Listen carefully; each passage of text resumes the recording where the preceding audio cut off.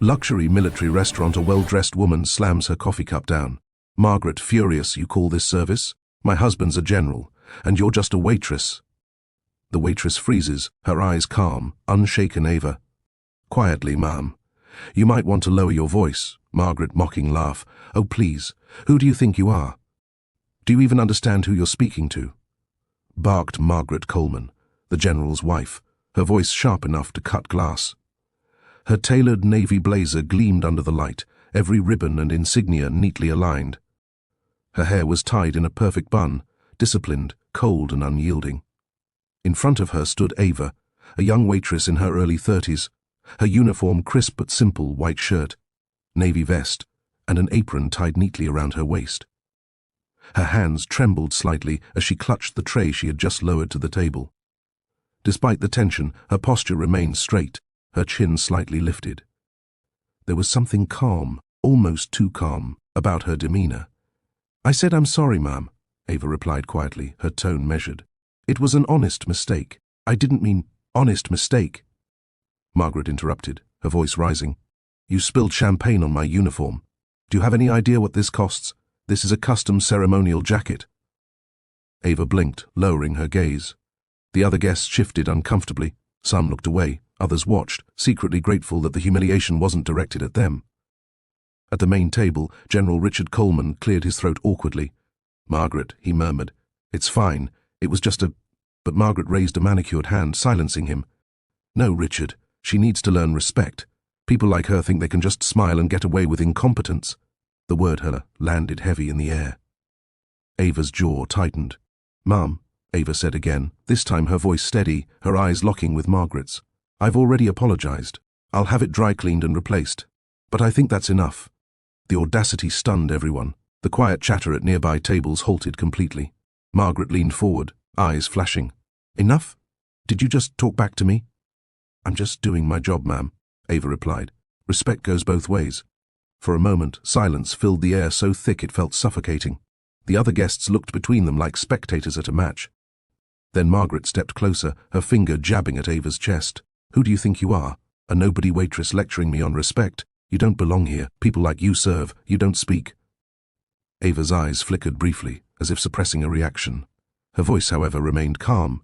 And yet, here we are, ma'am. You yelling. Me standing. A murmur rippled through the room.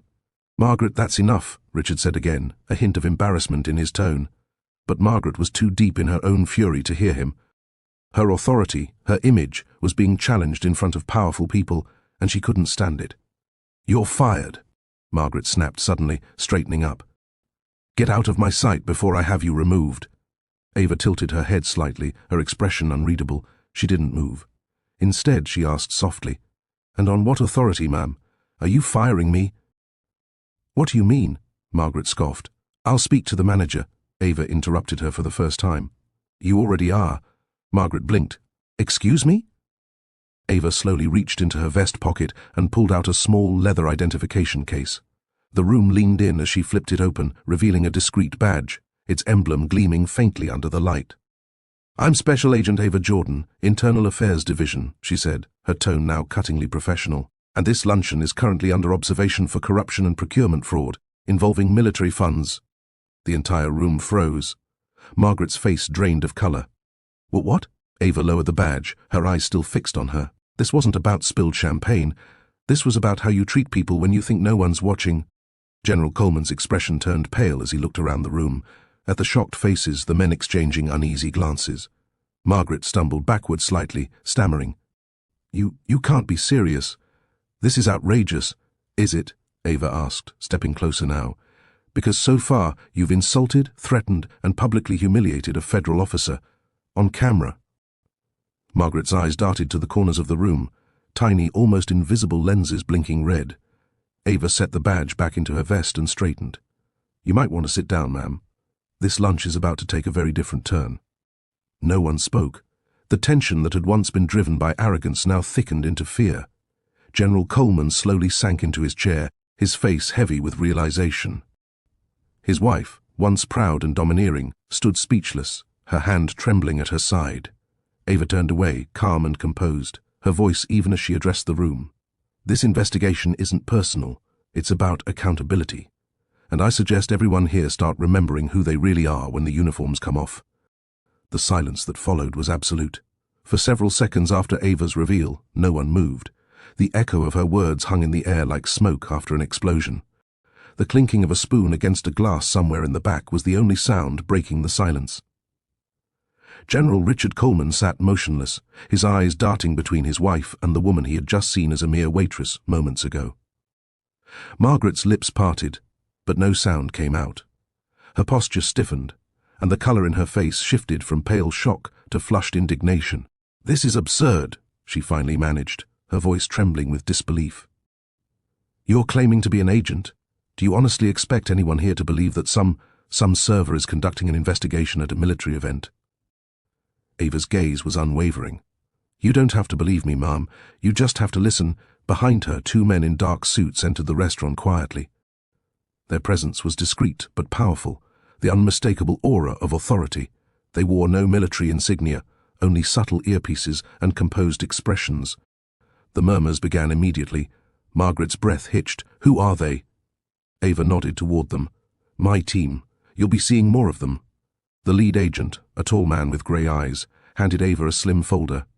She opened it, scanning the pages briefly before placing it neatly on the dining table between Margaret and Richard.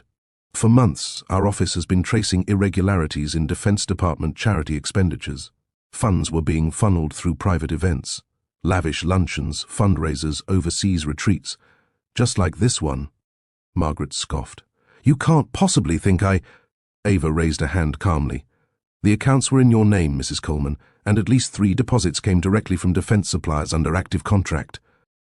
The air in the room shifted again.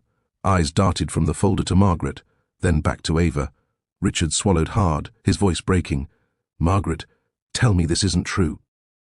Margaret turned toward him, her face full of desperation. "Richard, don't listen to this nonsense. They're lying. Someone's trying to ruin us." Ava watched silently, her expression unreadable. "The evidence doesn't lie, ma'am, but people often do when the walls start closing in." Margaret's hands shook as she reached for the folder, flipping through the pages, each one bearing her signature, her email correspondence and bank transaction records. Her breathing grew shallow. No, this isn't possible. You don't understand. I was told it was all approved. It was for the Veterans Fund." Ava tilted her head slightly, voice cool. "And yet, none of those funds reached the veterans' programs. The last transfer paid for a private gala in Dubai, the one where you wore that diamond brooch worth more than an officer's annual salary." Gasps rippled through the room. Richard's head dropped into his hands. "Oh my God!" Margaret's voice cracked. "You're making a mistake. I'm the wife of a general. I've dedicated my life to this country." Ava took a step closer, her voice steady but not unkind. "And that's exactly why your actions matter more. You stand beside power, ma'am. When you abuse it, the whole foundation shakes." For a moment the room was silent again, except this time the weight was shame, not arrogance. Margaret glanced at the faces around her, men and women who had once admired her, now looking at her as if she were a stranger. Her pride, the same thing that had driven her to humiliate a waitress minutes ago, now cracked under the truth. "Agent Jordan," said one of the senior officers seated near the head table. "Was the general aware of this investigation?" Ava shook her head. "No, sir. He wasn't a target. Until now. Whether he had knowledge or involvement will be determined during questioning." Richard looked up sharply, eyes wide. "Questioning? You're accusing me too?" "Procedures, sir," Ava said simply. "Everyone connected to the accounts is being reviewed." He exhaled, shaking his head slowly. "This will destroy my career." Ava met his gaze, her expression softening slightly. "Sometimes, sir, the truth destroys what wasn't meant to stand." Margaret slammed her hand on the table, her composure finally shattering. "You don't understand what it's like to live in that world. The pressure, the expectations. I did what I had to do to keep our position, our respect."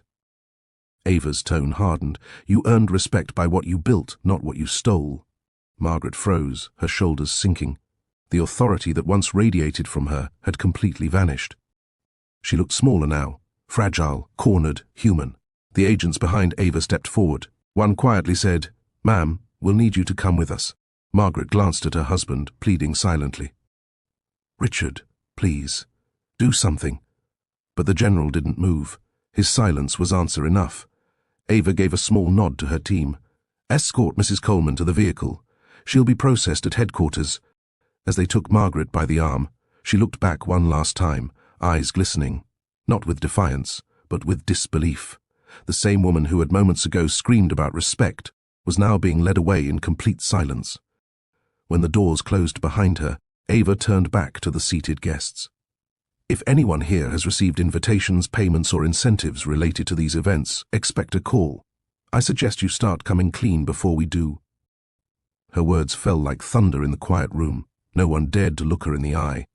Ava gathered her folder, gave a polite nod to the general, and began walking toward the exit. As she passed by, Richard spoke softly, voice cracked with regret. "Agent Jordan, thank you for not embarrassing her more than she already has." Ava stopped briefly, her expression calm but meaningful. "She did that herself, sir. I just made sure everyone saw it." And with that, she walked out, the doors closing softly behind her, leaving behind a room filled with silence, guilt, and shattered reputations. By dawn the next morning, the story had already exploded across every news outlet in the country. General's wife arrested for fraud and abuse of power. Secret agent exposes corruption inside the military elite. The headlines rolled across television screens, phones, and social media feeds like wildfire. Commentators debated, political figures scrambled for statements. And somewhere in the middle of it all, Agent Ava Jordan sat quietly in a corner booth of a downtown cafe, her coffee untouched, her mind still replaying yesterday's confrontation. It had gone exactly as planned, almost too perfectly. The sting operation had been designed to test the arrogance and integrity of those within the general's inner circle, and Margaret Coleman had fallen straight into the trap. But what Ava hadn't expected was the public exposure to come this fast, or this loud. Her phone buzzed. "Director Hayes," she answered. "Sir?"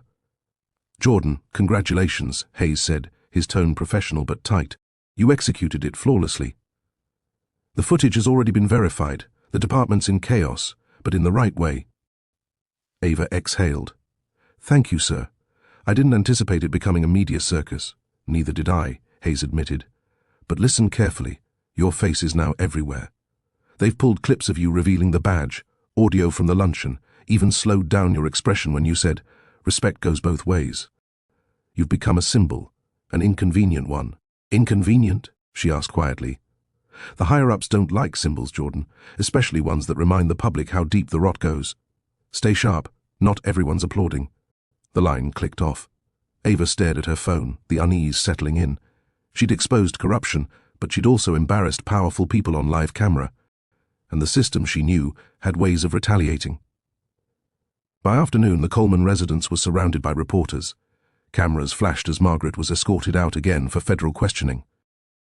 Her once impeccable composure was gone, her hair disheveled, her eyes hollow. She ignored the shouted questions. "Did you know the funds were illegal?" "Ah. You protecting your husband?" And kept walking. Inside, General Richard Coleman watched from the window, his reflection merging with the chaos outside. The scandal had gutted his reputation overnight. Calls from the Pentagon had stopped, invitations rescinded, even his security clearance was suspended pending review. His life's work, 40 years of discipline, duty, and loyalty, was unraveling because of one truth too long ignored. A knock came at his door. "Come in," he said dully. Colonel Parker, one of his oldest friends, stepped inside. "Richard," he began carefully, "I spoke with Washington. They're convening a disciplinary hearing. It's serious." Richard turned, his eyes tired. "Do they think I knew? They think you should have known." He sank into a chair, rubbing his temples. "Margaret made her own choices. But they'll paint us as one." "Maybe," Parker said quietly. "But there's something else. You might want to see this." He handed him a folder. Inside were photos, surveillance stills of Margaret meeting with defense contractors abroad signing off on funds. And in the background of one of those images, a man Richard recognized. He froze. "That's Senator Vaughn." Parker nodded grimly. Seemed she wasn't working alone. Meanwhile, back at the bureau, Ava was reviewing the same files in a dimly lit conference room. Her team was cross-referencing accounts when one of the analysts, Maya, spoke up. "Agent Jordan, we found something odd." She turned her laptop toward her. The Dubai Gala Margaret attended, those expenses were cleared under a new directive signed by the Ethics Committee. The approval came from someone higher than we anticipated. Who? Ava asked. Maya hesitated. Senator Vaughn. Ava leaned back, realization dawning. The senator wasn't just connected, he was orchestrating it. That explains the money trail, Ava said, and why they were so confident. This wasn't just greed, it was protection from the top. The room fell silent. Director Hayes needs to see this, Maya said. Ava nodded, but her gut told her something was off. If the senator was involved, exposing him would be like stepping on a landmine. He had influence, reach, and connections that could bury entire investigations before they even began. That night, as Ava left the bureau, the city lights blurred behind her windshield. Her mind was racing. Every victory came with a price, and she was starting to feel it. When she reached her apartment, she noticed something strange. The door was slightly ajar. Her training kicked in immediately. She drew her sidearm, stepping inside silently. "Who's there?" she called out. No response. She advanced carefully, her eyes scanning the shadows until she saw it. A single manila envelope lying on her kitchen counter, with no footprints, no signs of forced entry. Just that envelope, and a faint scent of cigar smoke. Ava approached it cautiously and opened it. Inside were 2 photographs, one of her standing at the luncheon, and another of her sitting at this very cafe that morning. Her breath caught. Someone had been following her. At the bottom of the envelope was a note typed in bold letters. "You should have stayed a waitress." Her heart pounded. She glanced out her window toward the street below. A black sedan idled at the corner, headlights off. Whoever was behind this wasn't done yet. She folded the note back into the envelope, her jaw tightening. "So it's war," she muttered under her breath. Ava picked up her phone and dialed Hayes. When he answered, her voice was calm but sharp. "Director, we've got a bigger problem. Someone's trying to silence the investigation, and they just made it personal." The echo of polished boots and murmured voices filled the marble corridors of Fort West's main dining hall. Morning sunlight filtered through tall windows, illuminating the navy blue banners that hung from the walls. Today's luncheon was supposed to celebrate the base's leadership. Instead, it felt like the calm before a storm. General Richard Coleman stood near the podium, adjusting his uniform. His face was drawn tight, a mix of shame and disbelief. Margaret sat a few feet away, her pearl necklace trembling slightly as she clutched her purse. Gone was the haughty tilt of her chin, replaced by nervous glances and a stiffness that betrayed her guilt. The room quieted as Ava Jordan entered. No apron, no tray. This time, she wore her full Federal Internal Affairs uniform, the polished badge glinting against the dark fabric, her shoulders squared with quiet authority. Conversations stopped. Some soldiers stood at attention instinctively, recognizing the insignia. General Coleman's eyes met hers, regret flickering across his face. He cleared his throat. "Agent Jordan," he said formally, his voice low but firm. "Thank you for coming." Ava nodded. "Sir." Her tone carried neither warmth nor hostility, just professionalism. She turned her gaze toward Margaret, the same woman who, just days ago, had snapped her fingers and called her a worthless waitress who should know her place. Now, Margaret couldn't even lift her eyes. "Mrs. Coleman," Ava began, her voice steady. "Do you remember what you said to me last Friday?"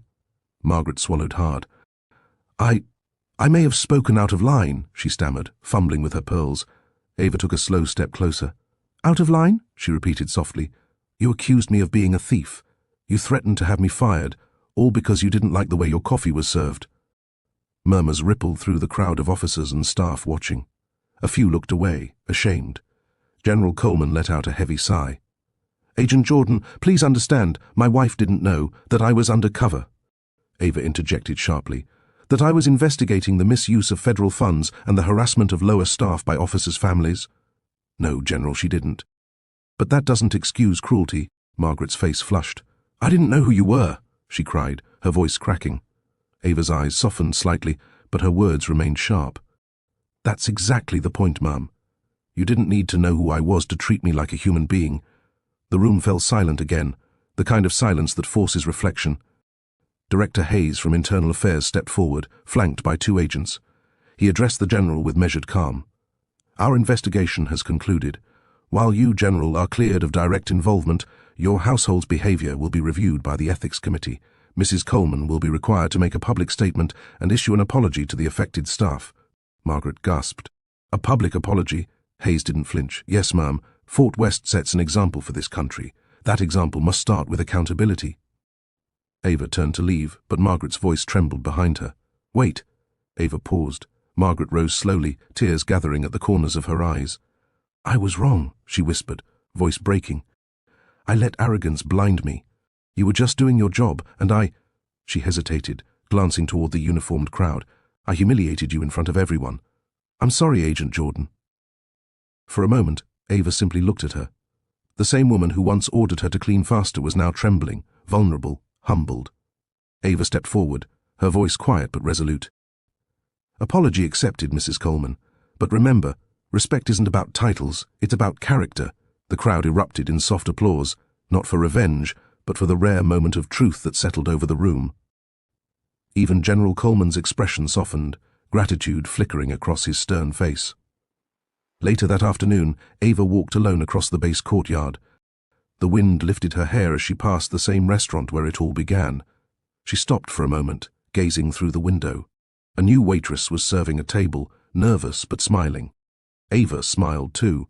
Director Hayes joined her, hands tucked behind his back. You handled that well, he said quietly. She needed to understand, Ava replied. Power isn't a weapon, it's a responsibility. Hayes nodded. You're being reassigned. Ava Washington wants someone with your kind of composure. Internal Affairs could use more leaders like you. Ava turned to him, her eyes bright. Then let's make sure stories like this never happen again. As she walked away, the camera of fate seemed to linger. On her steady stride, the insignia glinting under sunlight, and the humbled faces she left behind. And somewhere in that quiet cafeteria, Margaret Coleman finally realized. True power doesn't come from who you marry, but how you treat those who serve.